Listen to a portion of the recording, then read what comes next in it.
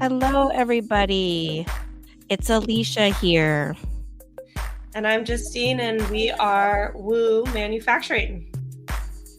And today I have a very special guest, a longtime friend and housemate of mine, Zöe Steine-Hanson. She's visiting me right now because we are now further apart than we've been before, which is good to have her around. And we thought we would snag a little of her time now that she's with me. Welcome, Zöe. Hey, everyone. How's it going? We're really glad to have you. You have a very interesting background. I'm excited to hear more about it. So I would love to hear just a quick intro from you about what you do professionally, who Zöe is, just so the audience can get a flavor. Yeah, definitely. So the one thing Justine did not say when she introduced me is that I'm now Dr. Steine-Hanson. Dr. Steine-Hanson. I don't often use that, but in a...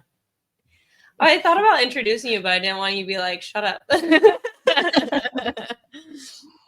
Yeah, it's one of those things. I use it in like a professional context. But yeah, so you earned the title. I earned the title. You get to use it. Yeah. I put it on my plane tickets and hope that they don't ask for me if they need a doctor on the plane. You're like, I'm not that kind of doctor. But I did my PhD in computer science at the University of Washington. And I was doing applied machine learning towards brain data. And I now work at this company called OpenBCI, which stands for Open Source Brain Computer Interface.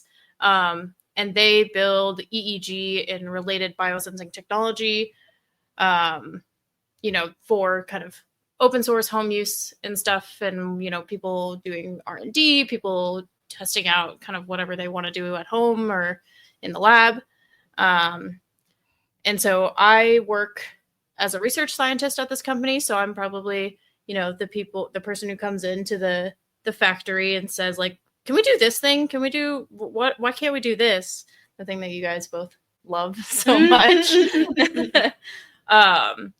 So yeah, I'm at like a much kind of more heady space. I don't really work with building things, but we do have a factory on our floor, and there's other people that actually do the hardware development and building and all of that. That's amazing. UW is my alma mater. Whoop, whoop. I just did my bachelor's there, but I love that school. Yeah. Do you think you could just give us a few examples of the types of things that you are researching, just to give us all a flavor? Because I just hear brain and computer interface, and I'm like, whoa, this is way above my head. It sounds crazy. And what are we really trying to do with this stuff, just so the audience can kind of understand, and myself a little bit more? Yeah, definitely. So when I was in my PhD, I worked with ECOG arrays, which is actually an invasive brain-computer interface technique. Now, let me clarify, not everybody is getting this. This is the population I was working with was people with really intractable and severe epilepsy. So like, if you don't have a problem, people aren't just going to be open up your head and putting electrodes in there. But in this case, we did, people would get surgery, they'd get electrodes put in. And the thing that I was looking at for that was just, can we predict where you're going to move your body in space, or where you're reaching towards if no one's directing you to do it? So if you're, picking up a cup of coffee, chatting with friends, itching your face, etc., can we predict that from your neural activity? Wait, so with this, the patient would just normally be doing an operation or getting an operation done on them, and then you were collecting data on top of it, just because, well, we're in here, we might as well learn. Yep. And so they were in the hospital for like a whole week. Okay. And so they would actually have an instance where you would be able to put electrodes directly onto the brain, like the head was open and you had electrodes on it. Yeah.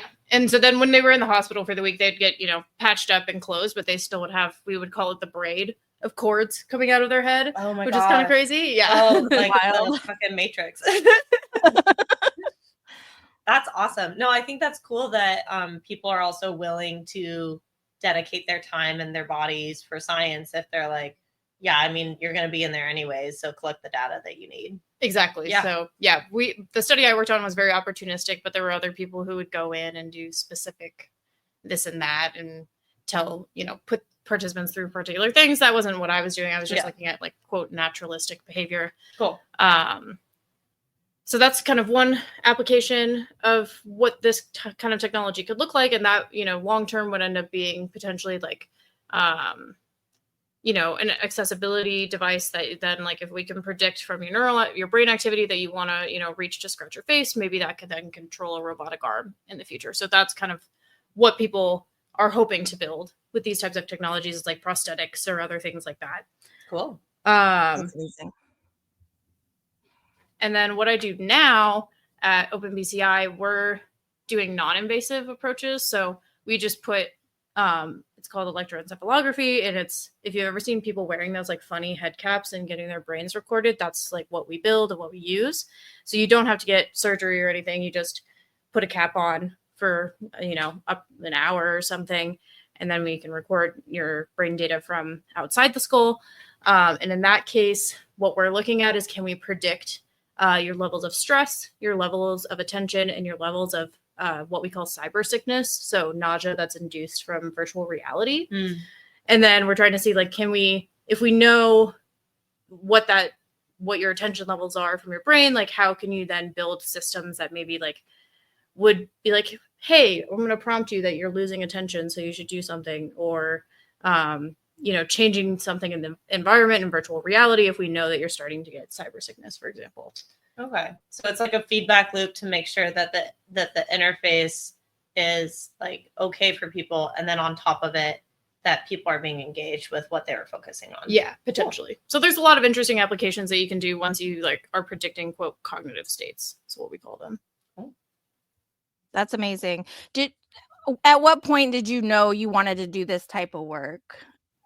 Ooh, that's a great question. When I was in my undergraduate, I was doing other research. I was doing research on gender biases in software, which is like a whole thing that we can discuss at some other time. It's super interesting. But I knew that I was enjoying research, but I was like, the brain is really cool. Like, I want to know more about how that works. That's awesome. Yeah, I do want to hear more about the gender biases for software. That sounds so interesting. Yeah, that was undergrad work, right? Yeah. Was that your like honors thesis space that you were working in? Yeah, so that was my honors thesis, was focused on that. But yeah, then I was like, I think the brain is really cool. I want to go do something in that. And my undergrad advisor was like, I know nothing about that. You should go do these. It's like these summer research experiences for undergraduates. She's like, go do one of those somewhere else. So I went to UW to go do that. And then I was like, yeah, this is amazing. I want to like apply my computer science background to understand the brain better. What was the diversity in your program during your PhD? Oh, that's a good question. During my PhD, well, the computer science department was very big. So there was like 50 or 60 people in my cohort, which is really unheard of. That's like crazy. Yeah, that's a lot. Yeah. In your like one lab or under your one PI, or no, that would be when people say cohort, they mean like the people who started their PhD at the same time. So kind of it would be like your graduating class. Closer to that. Within computer science specifically? Yeah. Oh, wow. So you had to have like quite a few PIs doing lots of different research. Lots of different work. So for context, our Justine and I have some good friends, Evan and Maria. They were in a PhD program at UW at the same time as me in chemical engineering, and they only had like 9 people in their cohort. Wow, yeah. So very, very different sizes. And I would say that because of that, it definitely was more diverse. Like they would show us, I think, the stats every year, and the number of women was probably like 25 to 30%, which isn't amazing, but it's kind of that's pretty good standard for computer science. Yeah. That's what I was thinking too. Like 5%. I should probably fact check that, but so yeah, I think just because there were so many more people, it like felt more diverse, and there was lots of international students too, which adds more diversity in that way, because then you're getting people from outside the country who have different backgrounds and opinions. So That's good. Yeah, I'm a little. I thought it would be a lot more lopsided than that. So yeah, 25 to 30 sounds actually pretty good for computer science, like Justine said. Yeah. Yeah, because I think in undergrad for me it was probably like 10%. Yeah, that sounds Yeah. pretty correct. Yeah. You look around and there's like 3 chicks in your classes. Yeah. Yeah. My grandma made comments at my college graduation about how, oh my gosh, you must be smart. You're like one of the only girls, and I'm just like, yeah, grandma, that's what that means. Yeah, that's the implication. Yeah, there's no barrier to entries. It's just because I'm exceptionally smart. So ridiculous. Yeah, it's not because. Yeah, no, go for it. Oh no, go ahead. Finish your thought. Oh, I was just gonna say, in one of my classes in computer science, we had a lecture that was literally just about like, it was supposed to be joking, but it definitely sent a message, and it was like, here's all the men who created the like first operating systems, and like basically the thesis was like each of them had a progressively more and more amazing beard, and so it's like, oh, so you have to be a man and have a beard to be able to be in this field. It's like, it's weird that this is the conclusions that we've drawn from this. So ridiculous. I love it. So what was the transition like going from school to the real world? I know you're still doing research, but I would assume there's quite a difference between the academia and working out in the world. Yeah, I mean, academia is a lot more like, depending on where your funding is, which I was lucky that I was an NSF fellow, so I had a lot of freedom in terms of what I did for my research. But now that I work in industry, it's a lot more about like the bottom line and where the money is and like what's going to create more profit and all of those things, rather than, oh, I just think this is an interesting research idea, so I'm going to explore it, which, you know, people who stay in academia have a problem with that. And I get some of it, but I think also I didn't want to stay in academia because I wanted to be able to build things that people would actually use, which is inherently correlated with people spending money on things. Yep. No, that makes sense. So yeah, I feel like that was the biggest thing. I think also there's a lot of like power dynamics that happen in academia, especially in grad school, like between grad students and postdocs and the professors. There's just some people, you know, lean into it more, that power hierarchy. But I think now that I'm in industry, I experience a lot less of that, which is a breath of fresh air. Yeah, I mean, your PI was also older, right? Or am I mixing I had it up? one who was older, and I was co-advised. So I had one who was older and one who had just got their tenure. Do you feel like there was a distinct difference in how they navigated in the school and professionally, just based off of almost like generational behavior? Or is it purely like a personality thing? I feel like it was more of a personality thing that was what made them act as like different mentors and advisors, rather than, I mean, a little bit that the one who was older, like, you know, he probably will retire in the next 5 years. I don't know, TBD if that actually happens. Sure. But so he, you know, isn't as hungry for grants and things like that. But the younger one obviously was, and that was, and there's also then a difference if you're working with a faculty member who's pre-tenure, because then they're really like trying to prove themselves and push their students more, because they still have to, you know, show the committee at the end of the day that they're worth becoming tenured. Yeah. Remind me, does getting tenure, is it impingent upon how much like grant money you bring into the university, or is it? It's a mix of things, and it depends on the department and the committees and all of the things involved in the university, like what they prioritize. But I think it typically is like how much grant money you have brought in, how much, you know, research, like your publication counts, for example, if you contributed, you know, additional new science. So I think it just depends. And then I think some universities take into account like your teaching and kind of the reviews you get for your teaching and stuff. But I've heard mixed things on how heavily weighted that is. Okay. Yeah, I keep hearing that professors are not taught to be teachers, and so they come there selfishly, and then they're shitty teachers. I don't know how true that is.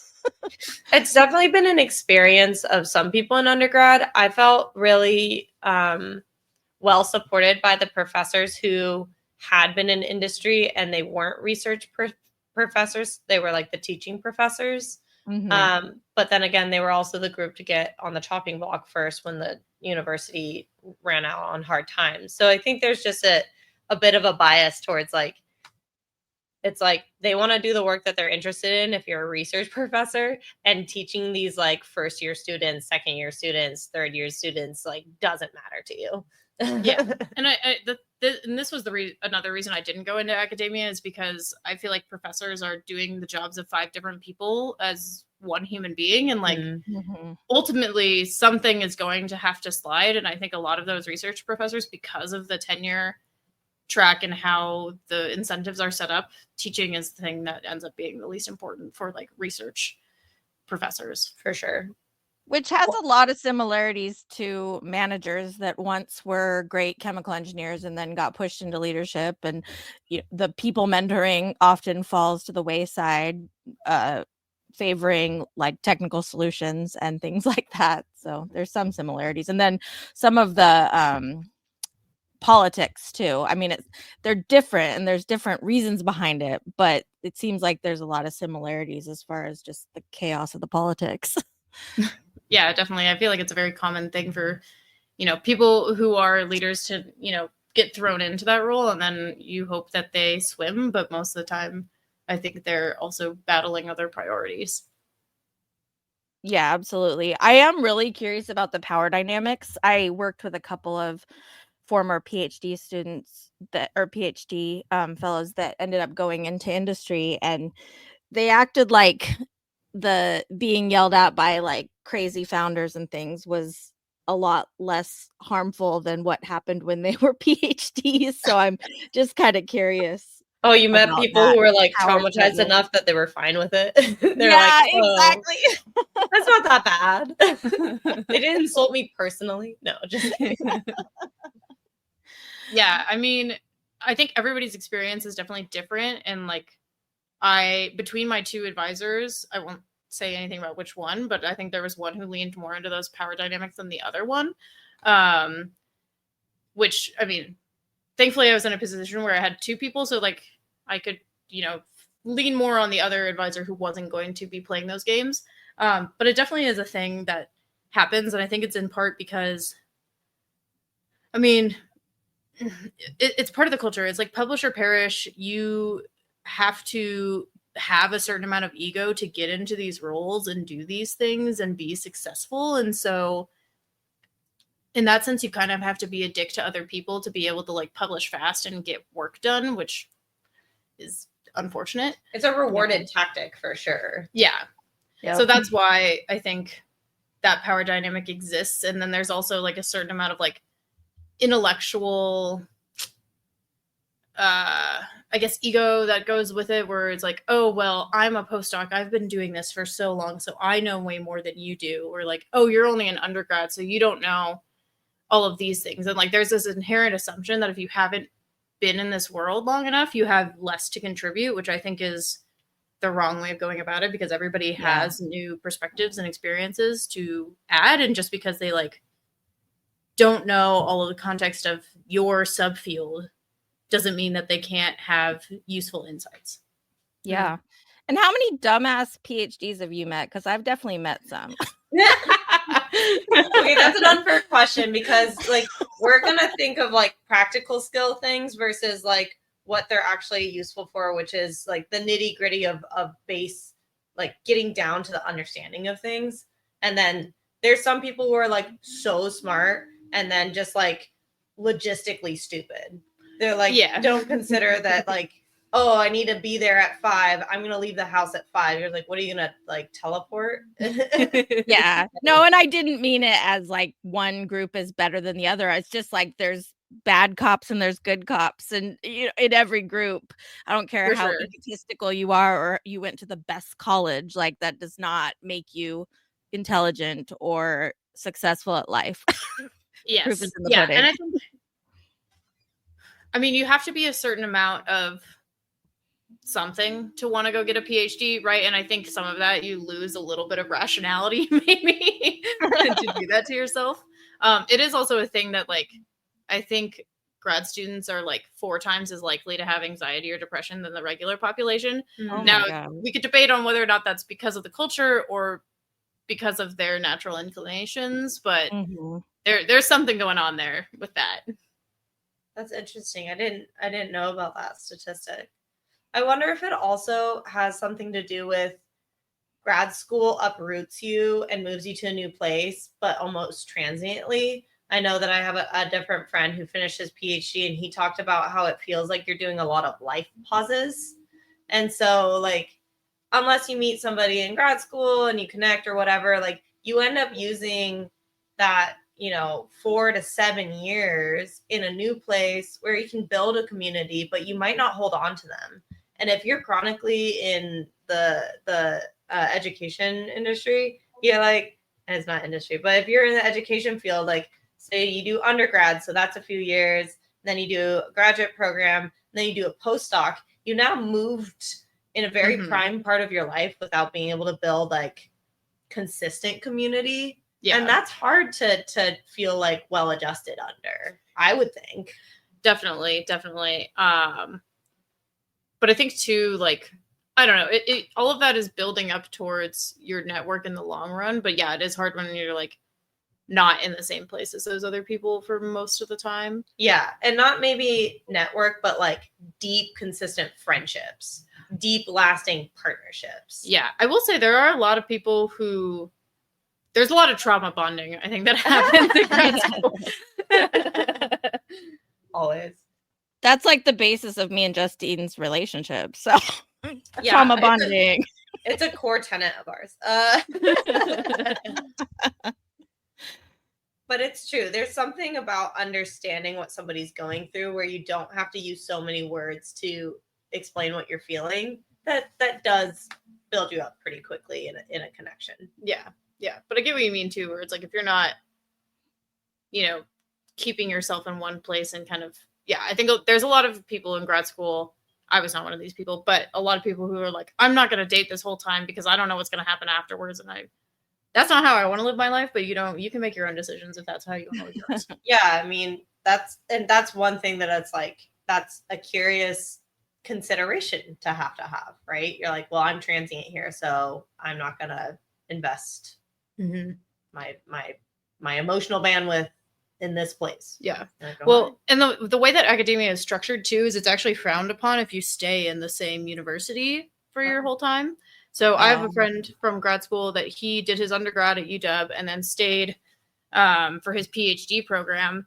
And like, he had a lot of debates on whether or not he wanted to do that. And because it is like, oh, you like aren't building the right connections and you're not like meeting new people and like learning and expanding yourself. And so it's like very much a faux pas in the community to stay at the same university for more than, the 4 years of or 4 or 5, 6 years of your PhD. Oh, wow. I didn't know that. Yeah, that's all very interesting. This is like a whole new world to me. So I feel like I have 1,000 questions. So I am curious, what are the things that you want to focus on moving forward as far as some niche in kind of what you're studying? What's your passion related to the technical aspects of your career? Yeah, I mean, I think it combines kind of both of the work that I was doing early in my undergraduate for research and what I'm doing now. And like, the thing that I really care about is like the BCI technology, all of that is going to happen eventually. Like we're all going to start, having our own little brain computer interfaces that we use for various things in the future. And like, I think it matters a lot who those devices and those technologies are most accessible to. And so how can we like build and engineer those in a way that, make sure that it works for everybody. And so in my PhD, like I said, I was doing that research with invasive neurotechnology. And like one of my focuses was on generalizability. So if you're building machine learning models, how well does that, one model fit various different people? Turns out it's actually really, really, really hard to make a model that works on multiple people in multiple different ways. There's a whole bunch of like machine learning literature on why that's the case, but so like how do we improve the machine learning models? How do we do from a usability standpoint, making sure that everyone like has enough knowledge and can set these things up for themselves and use it successfully without people being excluded? Like I was saying, I did research on like gender biases in software. And so what sort of other biases might show up as this technology starts to become more consumer facing? You know, if it's built by a very homogenous group of people, then there's likely people who are going to get left out of the equation when it actually goes to market in the future. So it really is all about inclusivity. And I guess who drives how inclusive you are and that you are capturing all of those groups? I mean, honestly, I feel like the people doing the work, there's like, there's a movement in the neurotechnology community for more people to use what we call like embedded neuroethicists, which are basically ethicists that have like this neurotechnology focus that will come in and kind of help, you know, ask the right questions and drive things into more inclusive, more inclusive setups, thinking about like the privacy aspects and like there's a ton of other questions that also get asked like about autonomy and things like that. But that's not a regular practice. And so then it really is in the hands of the people who are doing the work. Yeah, it's crazy because in the wild west of this new technology and its branching, once again, we talked about like certain behaviors aren't rewarded. So doing something you wouldn't necessarily like when you release something to the wild, if you don't think of all the ways that it could be used or interpreted or interfaced with, it can go south with even good intention. Yeah. And I think it's really cool that there's this group of like, can we consider the ethics of this step forward? But it is a little disheartening to understand that there's not a requirement. It's more of like, just are you doing the best choices made by good stewardship in this new navigation? Yeah, that's cool. Yeah, but it makes me really nervous. Like, how do we make sure this doesn't go corrupt? And should we all be worried? I'm nervous now. I don't think we all need to be worried. I think in part two, because like a lot of people, when they think about this technology, they assume like, oh, it'll be able to read every thought in my mind. And it's like, we are very far away from that being achievable. So like there are still ways that people could mismanage this technology for sure. But I think the way people think about it and the like Black Mirror stuff that people assume is still quite far. And so and the fact that there are these neuroethicists who are already wanting to do work, and there's already like policy work that's starting to get done on how these technologies should get used. So like, I'm hoping that it'll shape out in terms of like the regulatory and kind of the ethics standpoints, but we also all need to be kind of educated too on how the technologies work so that we don't create, incorrect fear, but also like make sure that we know what it means to have a brain computer interface that's recording these things and like what is actually happening behind the scenes. Yeah. No, it makes sense. Does any of the work that you do, I mean, the nitty-gritty of what you do today is different, but does it ever kind of call back to like the gender biasy work that you're doing, not in the sense of like truly like different sexes or something like that, but more of just like being aware of different types of people and personalities? And yeah, I wrote a chapter on this in my dissertation that was focused on like how this plays out in like current day brain computer interface technology. And yeah, you're right. Like, it's not about, is this person a man or a woman? It's more just about like, do they want to read all the instructions before they start the task, or do they only want to read the first two instructions and get started right away? Who feels most comfortable clicking around on things, like who's doing what on the page or wherever. Exactly. And so it just happens to be that tends to fall into different gender camps. Like men tend to follow one approach and women tend to follow another approach, but people still mix and match in between. But in my dissertation, I wrote a chapter about this, just focusing on like there's this weird inconsistent finding that men tend to perform worse in these BCI studies, which was not what I was expecting going into it. I was assuming that like men in general would have an easier time. But again, this is like inconsistent. Like some studies report this, some studies don't. And so my theory is kind of that it's probably more about, quote, how people are problem solving rather than their actual gender. And so then there, you know, you can make certain assumptions that like men tend to want to click around on the screen and try things, what we call tinkering. And in a lot of these studies, technically speaking, tinkering. Like, that's funny. In a lot of these studies, people are just told like, okay, think about this thing. Like it's all very structured because it's like an experiment and they want to have it be very controlled, but that doesn't necessarily work for people who want to experiment with the technology. Yeah, no, that makes sense too, because if you're told to do something a certain way, you're now no longer using maybe the strong pathways in your brain that you're used to. I'm going to push and then see what the response is. And with the response, then I'll know how I want to do my next push. Mm-hmm. Yeah, that's curious. That's super fascinating. Yeah. I always wondered about the whole stereotypes of males and females, and I get told over and over again, oh, females are so much more detail oriented and you're way more organized. And it's like, is that real? And how does that show up in the brain? And you're touching on a lot of this stuff, which is exciting.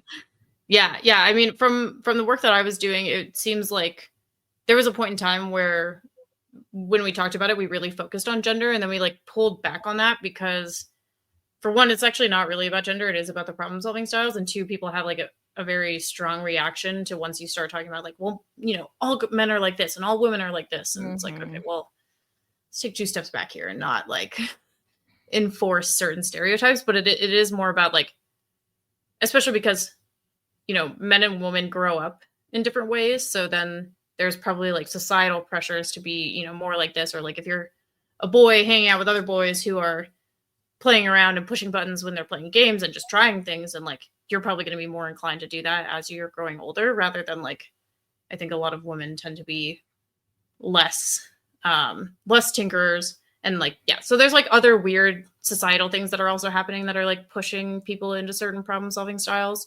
And then I also wonder if because some of the quote unquote traditional styles of existing are also changing.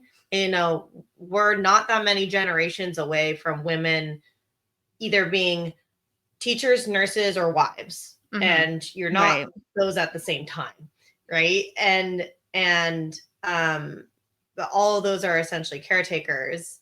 And you look at like the skill sets that are built for those things. But now, since women are cracking into a lot of spaces and not falling into those categories, does that mean that over time our patterns or the biases that you assume that we work in certain ways actually go away because we're no longer structurally contained to one like column of existence? Yeah.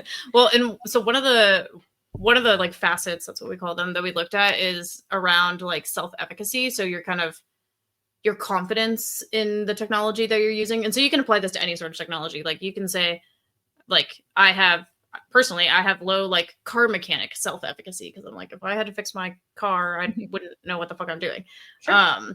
But you know, it would probably be true that most men are going to be more confident in that because of, you know, societal expectations and boys can play with cars and and all of that crap. But like, I think as you know, technology is changing and the world is changing and we're in less of those boxes, I think, you know, for example, women's computer self-efficacy will get better and better, generally speaking, because more women will probably be exposed to computers and other technology like that earlier in their lives.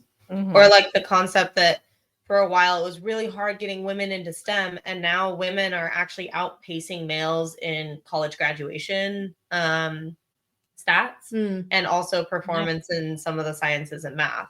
So it wasn't like, oh, they just think different. It's like, well, no, it's just like a barrier to entry potentially. And now actually, because there is an encouragement, then you can actually outpace. Yeah. So it's never really like, I don't know, this is the way that it is biologically speaking. It's like, no.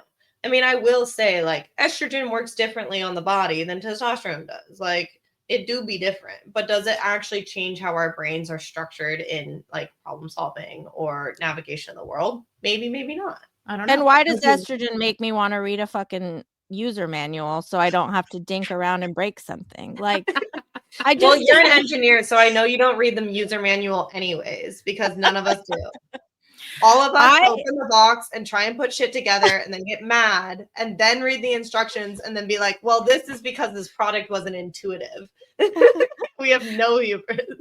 There has been so many times that I have saved the day by pulling out the manual. So it's crazy.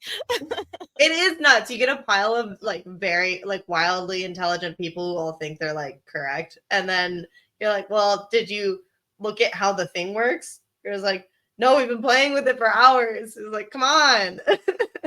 Yeah. And similarly, this whole like ego and confidence and belief that says you can do something.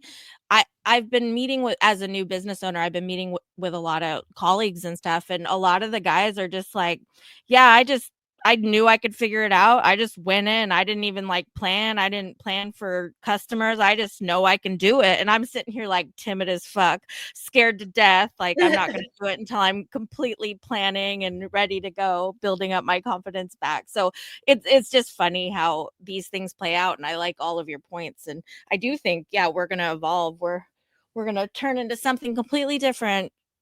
Well, I mean, I remember even in undergrad that because Zoe did computer science then, and you would have certain problems that you have to code for. And she had a great, was it a whiteboard or was it chalkboard in your room? I had a whiteboard, yeah. Oh, big whiteboard. I painted the wall with whiteboard paint. She painted the wall with whiteboard paint, and she would write out her thought process and like how it would make sense and like really noodle on it before she sat down and actually plugged out the code. And then you talk about some of your other your counterparts there, and they would, you know, it's like 2 a.m. It's due the next day. They like crack open. They're just hacking it together. They're just like hacking it together and throwing themselves at it. And like, you know, maybe that's like the ADHD brain that needs to have like a time crunch to be able to do something versus like you and I are very similar in the sense that like, I do not like a time crunch. I like doing things early and consistent and having time to fix it if I have to. Yeah. But for you, I felt like you sat down and actually hammered out the code for less time than some of the people who just like, hacked it together. Yeah. It's crazy. Planning like can make your life so easy. I don't know. I don't know why people don't do it more. But I think the thing I will say is like, for the example that you guys are giving with the user manual, like the biases come up when the thing doesn't work in both ways. You know, like if you can't figure it out without looking at the manual, then that's a problem. But then if you don't even give the manual in the first place, now the people who would have rather had that, like that's also going to be a problem. So it's about kind of trying to find and provide solutions for like multiple different ways of approaching the problem so that you don't create those biases by like assuming that everyone's going to come at it in the same direction. Yeah. Yeah, well, that makes a lot of sense. I've had you explain what you do for work like several times, but I am somewhat relieved to know that this kind of concept is being worked on by a lot of people with like a lot of different thinkers, and B, that the concern that you have that technology is going to rear up against us or something like that is far away because we still don't really understand the fundamentals of us. And so trying to even get our technology to have consistent trends with our groups of people, we're just not there yet. Yeah. And it's a very interesting application. So yeah. Cool. Yeah. Thank you so much for sharing all this with us. I think we and our listeners are going to learn a lot. It's very fascinating stuff. For sure. Well, I think that's it from me. And thank you for joining. Yeah. Thanks for having me. Yeah. All right. Okay. Bye, we'll catch guys. you next time.